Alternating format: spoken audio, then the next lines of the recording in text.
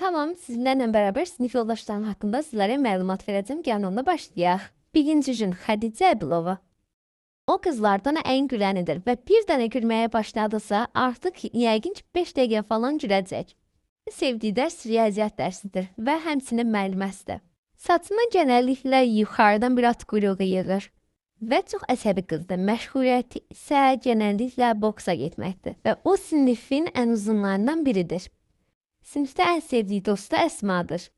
Genəlliklə evdə onunla yazışır və dünyanın ən xoşbəxt qızı ola bilər. Sizcə niyə türk saçını daraqsız 2 dəqiqədə çox gözəl bir silihbam topuz yığa bilir? Və o ikizlər bürcüdür. Xədicə bu qədər idi. İndi isə gələn videoda Əsmanı danışacağam. Bay bay.